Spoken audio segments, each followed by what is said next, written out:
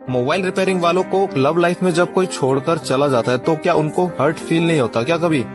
ना भाई, not really. मैं सब मोबाइल रिपेयरिंग वालों को तो नहीं बता सकता, बट अपना बताता हूँ शॉर्ट में। मेरे को ये लोगों का जाना इतना हर्ट नहीं करता अभी, क्योंकि मैं ना किसी से एक्सपेक्ट ही नहीं करता कि कोई मेरे साथ लाइफ टाइम तक रहेगा। मीन्स भाई, कोई मेरे लाइफ में आता है, चाहे वो फ्रेंड हो या XYZ कोई भी हो, मैं पहले दिन से ये एक्सपेक्ट करके चलता हूँ कि ये कुछ ही दिन मेरे साथ रहेगा। एंड जब वो इंसान कुछ दिन के बाद मेरे को छोड़कर जाता है तो मैं इतना सरप्राइज फील नहीं करता, क्योंकि मेरे को पहले दिन से ही पता था कि ये होने वाला है। तो मेरे को हर्ट वर्ट फील नहीं होता। मतलब होता है, पता है कब होता है? जब CPU रैम को रिवॉल्व